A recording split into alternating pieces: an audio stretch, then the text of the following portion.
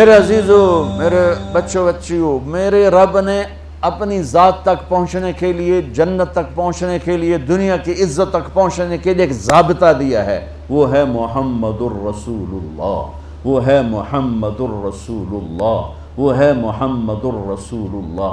اور اللہ نے اپنے محبوب کی زندگی، پوری زندگی ہمیں بتا دی، ہمارے سامنے پیش کر دی۔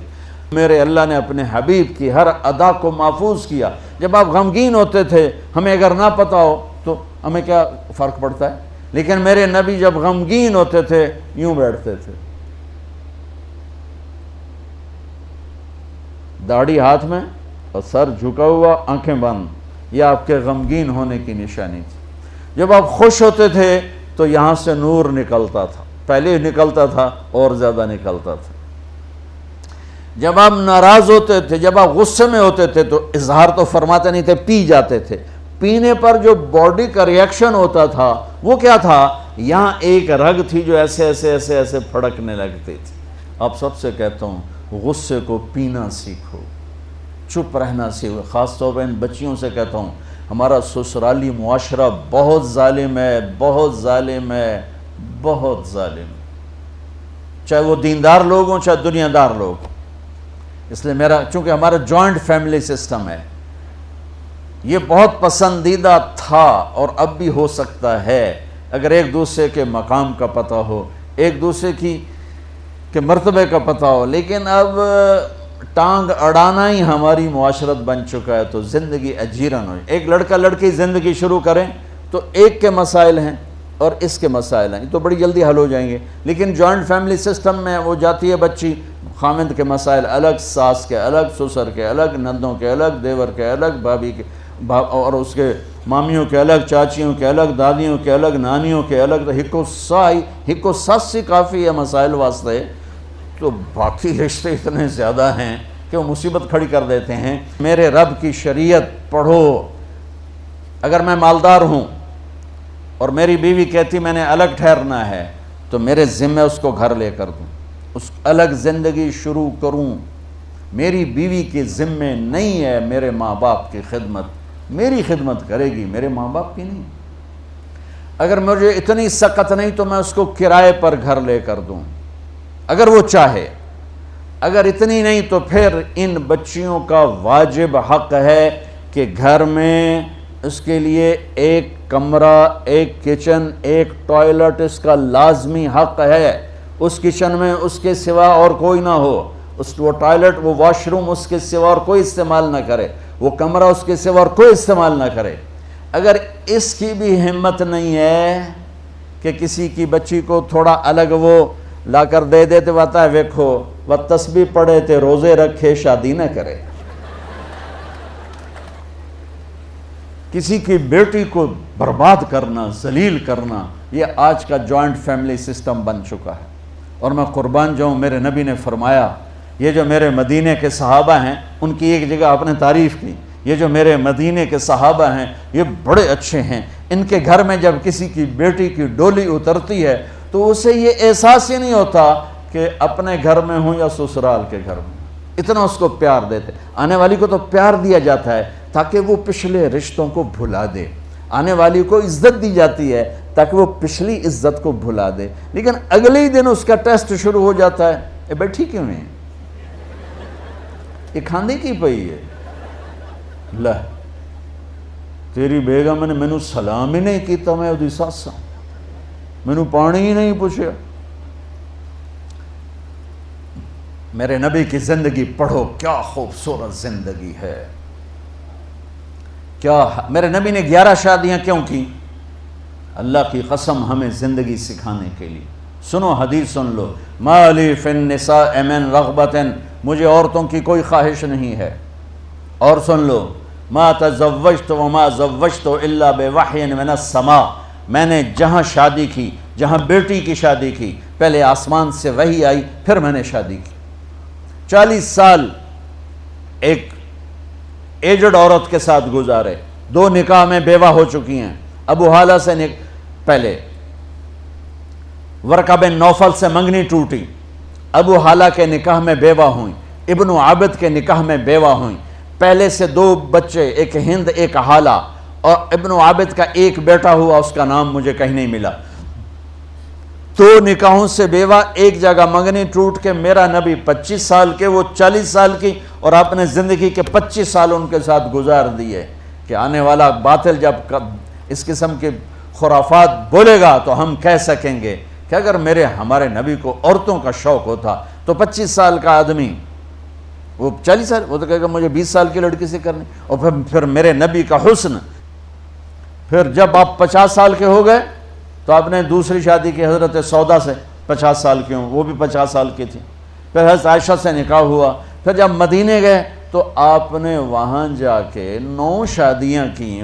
میرے بھائیوں، میرے بچوں، اللہ کی قسم تمہیں ہمیں گھر کی زندگی سمجھانے کے لیے، یہ 1 لوٹا پانی لے لو نماز ہو جائے گی۔ اور افریقہ میں گیا، اتنے پانی کے ساتھ لوگ وضو کرتے ہیں، جو انہوں پانی کم ہے نا تو صحرائی ہے، تو وہ ہماری طرح پانی بہاتے نہیں، وہ ایسے کر کے یوں کر کے اس کو سارا گیلا کر لیتے ہیں۔ تو وضو کے لیے تو 5 لوٹے پانی چاہیے اور 1 گھنٹہ چاہیے، اور نماز کے لیے 1 گھنٹہ پانی چاہیے۔ لیکن 24 گھنٹے کی زندگی میری کیسی گزرے؟ یونیورسٹی میں آؤں تو ٹیچر کے ساتھ کیسا ہوں، یونیورسٹی میں ہوں تو اپنے ساتھی کے ساتھ، یونیورسٹی میں لڑکیاں میرے ساتھ پڑھتی ہیں، لڑکے میرے ساتھ پڑھتے ہیں، میں یہاں کس حیا کے ساتھ زندگی گزاروں اور کن آنکھوں کی حفاظت کے ساتھ یہاں میں زندگی گزاروں؟ میرا اللہ مجھ سے یہاں کیا چاہتا ہے؟ جب میں گھر میں جاتا ہوں، اگر میں بچہ ہوں اور میری ماں اور باپ ہے تو میرا اللہ مجھ سے کیا چاہتا ہے؟ اگر میں خامند ہوں تو میرا اللہ مجھ سے کیا چاہتا ہے؟ میں گھر میں داخل ہوں میرے نبی کے طریقے کے ساتھ تو میں باپ ہوں، میں گھر میں آؤں اور میرے بچے سہم رہے ہوں تو میں باپ نہیں، میں تھانے دار ہوں، میں پروفیسر نہیں ہوں، میں تھانے دار ہوں۔ میں گھر میں انٹر ہوں اور میری بیوی پریشان ہو جائے تو میں خامند نہیں ہوں، میں تھانے دار ہوں۔ میں کلاس روم میں آؤں اور بچوں کے چہرے لٹک جائیں تو میں پروفیسر نہیں ہوں، تھانے دار ہوں۔ میں نہ آؤں اور بچے کہیں شکر ہے نہیں آئے، سر نہیں آئے، تو یہ سر نہیں ہے، یہ سر ہے۔ سر وہ ہوتا ہے جس کے آنے سے بچوں کے چہرے کھل جائیں، خامند وہ ہوتا ہے جس کو دیکھ کے بیوی خوش ہو جائے، بیوی وہ ہوتی ہے جس کو دیکھ کے خامند خوش ہو جائے، اور دیکھ کے دوبارہ باہر بھاگنے کو جی چاہے تو بیوی تو ڈین ہوئی ہوتا۔ تو میرے نبی نے 11 گھر آباد کر کے ہمیں ایک زندگی سکھائی۔ اور بچوں، اگر اپنے نبی کی ساری زندگی کا خلاصہ بتاؤں تو 2 حدیثوں میں آ جائے گا۔ ایک، زبان کی حفاظت کرو ہر رشتے کے سامنے، اور ایک، اپنے دل کو پاک رکھو ہر انسان سے، تو پورے نبی کی زندگی آپ کے ہاتھ میں آ جائے، پوری زندگی۔ ہمارے ہاں صرف عبادات اور تسبیح تک کا دین موجود ہے، لیکن میرے نبی کی معاشرت، میرے نبی کے اخلاق، میرے نبی کا عزت دینا دیکھو، عزت دینا دیکھو۔ آپ ٹیچر بیٹھے ہیں، آپ کے ساتھ بچے بیٹھے ہوئے ہیں، آپ کو کوئی بلاتا سر تو آپ یوں کرتے ہیں، ہاں۔ میرے نبی کو کوئی بلاتا تھا تو وہ کیا کرتے تھے؟ وہ تو سارے سروں کے سر تھے نا، سرداروں کے سردار۔ اب بیٹھے ہوئے ہیں تو میرے نبی کو کوئی بلاتا یا رسول اللہ تو آپ یوں نہیں کرتے تھے، آپ یوں کرتے تھے، جی، فل چہرہ بھی چھاتی بھی۔ ادھر سے کوئی بلاتا یا رسول اللہ تو آپ یوں نہیں کرتے، آپ یوں کرتے تھے۔ کوئی ادھر سے بلاتا ہے، رانجھا صاحب مجھے بلاتے ہیں ادھر سے، ہاں جی میں تو اتنا ہی کہوں گا۔ لیکن جب میرے نبی کو کوئی بلاتا تو آپ یوں کیا کرتے تھے۔ اور جب آپ کھڑے ہوتے تھے اور آپ کو کوئی بلاتا تھا تو آپ یوں نہیں کرتے تھے، آپ یوں کرتے تھے، اور ساتھ اسمائل دیتے تھے، پورا مڑتے تھے، چھوٹے کے لیے بھی بڑے کے بھی۔ بیٹی فاطمہ گھر میں آتی ہے، بچوں کو کس طرح ڈیل کیا؟ میں روزانہ میرے پاس بچہ گستاخ ہے، بچہ نافرمان ہے، باپ جی بچہ اب سنتا نہیں ہے، بچہ یہ ہے، بچہ وہ ہے۔ ایک نبی کی حدیث سن لو، بچے تمہارے غلام ہیں۔ آپ سب باپ بیٹھے ہو، جتنے آپ ٹیچر بیٹھا ہو، اب سب باپ بیٹھے ہو۔ جو مستورات ٹیچر ہیں وہ بھی ماں بیٹھی ہیں، اور اصلی باپ اور ماں بھی بیٹھے ہوئے۔ میرے نبی نے فرمایا اکرموا اولادکم، اپنے بچوں کو عزت دو، عزت دو۔ میرے نبی کیسے عزت دیتے تھے؟ حضرت فاطمہ گھر میں انٹر ہوتی، اور یہ حضرت فاطمہ کا آنا کوئی 8ویں دن نہیں ہوتا تھا، گھر کے ساتھ گھر تھا، 2-4 گھر چھوڑ کے حضرت فاطمہ کا گھر تھا۔ ہر دوسرے تیسرے دن حضرت فاطمہ آتی ہیں، میرے نبی چیئر پہ بیٹھے ہیں، زمین پر بیٹھے ہیں، چارپائی پر بیٹھے ہیں، لیٹے ہوئے ہیں، جو ہی فاطمہ کو دیکھتے آپ کھڑے ہو جاتے۔ سبحان اللہ، کوئی اپنے بچوں کے لیے کھڑا ہوتا ہے؟ آپ لوگ کلاس روم میں آتے ہو تو آپ کے لیے بچے کھڑے ہوتے ہیں، اور میرے نبی کیا، یہ بچے آپ کی اولاد ہیں، میرے نبی کھڑے ہو جاتے، اور وہیں نہیں کھڑے رہتے تھے بلکہ تیزی سے آگے بڑھتے تھے، اور جا کر حضرت فاطمہ کا ہاتھ پکڑ لیتے تھے مسافر کے، اور پھر دیکھو مجھے یوں بوسہ لیتے، پھر ہاتھ پکڑے پکڑے پکڑے لے کر آتے، پہلے حضرت فاطمہ کو بٹھاتے پھر خود بیٹھتے تھے۔ تو پھر کیا جنت کی عورتوں کی سرداری مل گئی۔ اپنے زبان کا بول میٹھا کرو، اپنے اخلاق اچھے کرو، اپنا چہرے کو خوبصورت کرو، جو اللہ نے دے دیا ہے، اس کو مسکرانے سے سجاؤ۔ مسلمان کو مسکرا کے ملنا بھی صدقے کا ثواب ہے، اور اس موبائل نے تباہی پھیر دی ہمارا۔ بچہ بات کر رہا ہے اور اماں لگی ہوئی ہے ڈرامے دیتے، ہاں بتاؤ سن رہی ہوں، بکو کیا بک رہے ہو، سن رہی ہوں۔ دیکھو اللہ کے واسطے، یہ فون ہے بھائی، فون ہے، اسے ضرورت کے لیے استعمال کرو، اس کو اپنے لیے لعنت مصیبت نہ بناؤ۔ ایک خاتون پیپر چیک کر رہی تھیں، ٹیچر تھیں، تو چیک کرتے کرتے رونے لگیں، تو ان کے خامن نے پوچھا کیا ہوا، تو انہوں نے پیپر آگے کر دیا، اوپر roll number dash dash dash, تو اس میں تھا کہ تم کیا بننا چاہتے ہو، ایک کویسچن تھا، تم کیا بننا چاہتے ہو؟ تو اس بچے نے یہاں سے شروع کیا، I want to be a smart phone, یہاں سے اس نے یہ بات، چھوٹے بچوں کا پیپر، تو وہ پڑھا کہ بھئی میں اسمارٹ فون بننا چاہتا ہوں، چونکہ میرے ماں باپ جتنا فون کو اہمیت دیتے ہیں اتنا مجھے اہمیت نہیں دیتے، تو میں اسمارٹ فون بننا چاہتا ہوں۔ تو اس کے خامن نے کہا تو اس میں تو کیوں رو رہی؟ کہا تمہیں پتہ یہ رول نمبر کس کا ہے؟ کہا نہیں، کہا یہ تیرے میرے بچے کا ہے۔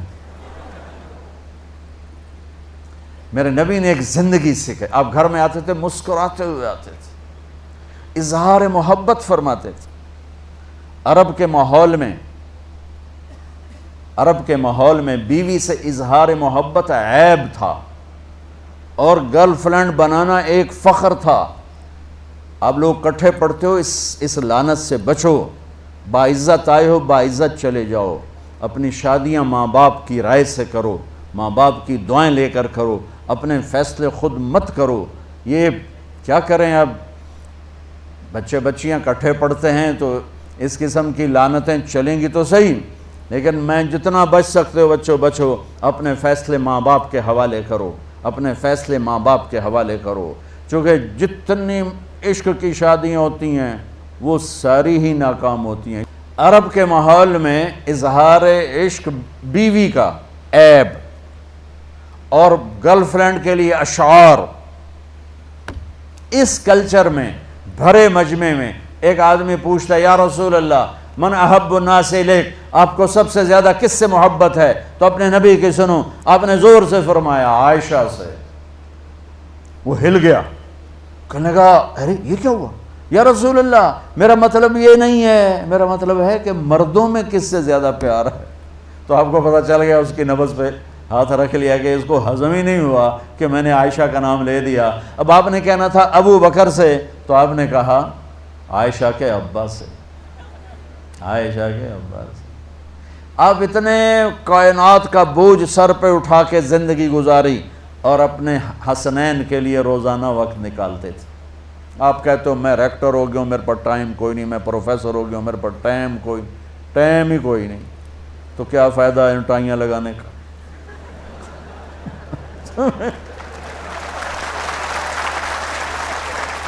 تمہارے لیے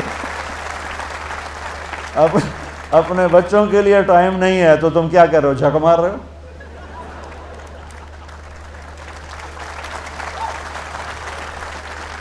میرے نبی سے زیادہ مصروف کوئی آئے گا؟ بولو، جواب دو زور سے۔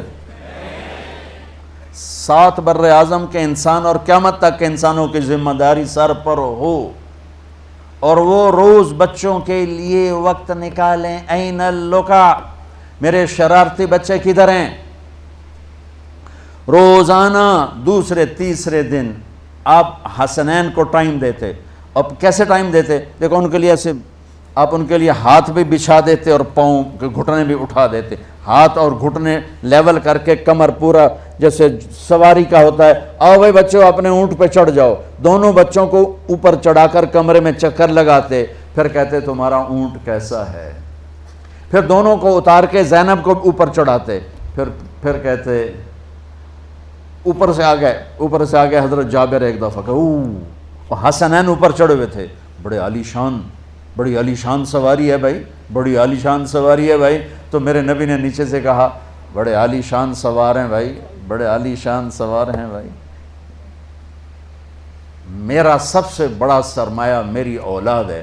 میں نے اسے ٹائم نہ دیا، میں نے اسے یہ سب آپ کی اولاد بیٹھے ہوئے ہیں، سب آپ کی اولاد بیٹھے ہوئے ہیں. ٹیچر کا رتبہ بہت بلند اللہ نے بنایا ہے.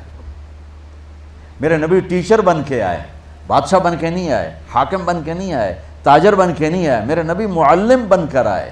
مقدس ترین نسبہ، یہ سب آپ کی اولاد ہے. یہ اگر اچھے انسان بنتے ہیں، میرے 5 بچے ہیں، کتنا کو صدقہ جاریہ بنیں گے؟ آپ کے 10,000 بچے ہیں، اگر یہ ایک ایک بچہ صحیح چلے، نیک بنے، آپ خود جو کتنا بڑا آپ نبیوں کے ساتھ اٹھائے جائیں گے. یہ اتنا عالی شان مرتبہ ہے انسانیت کے لیے معلم بننا، ٹیچر بننا. لیکن پھر نبی کی زندگی پڑھو، نبی والے اخلاق پڑھو کہ میرے نبی نے کیسے زندگی، کیسے خوبصورت طریقے سے اپنی اگلی نسل کو سنبھالا.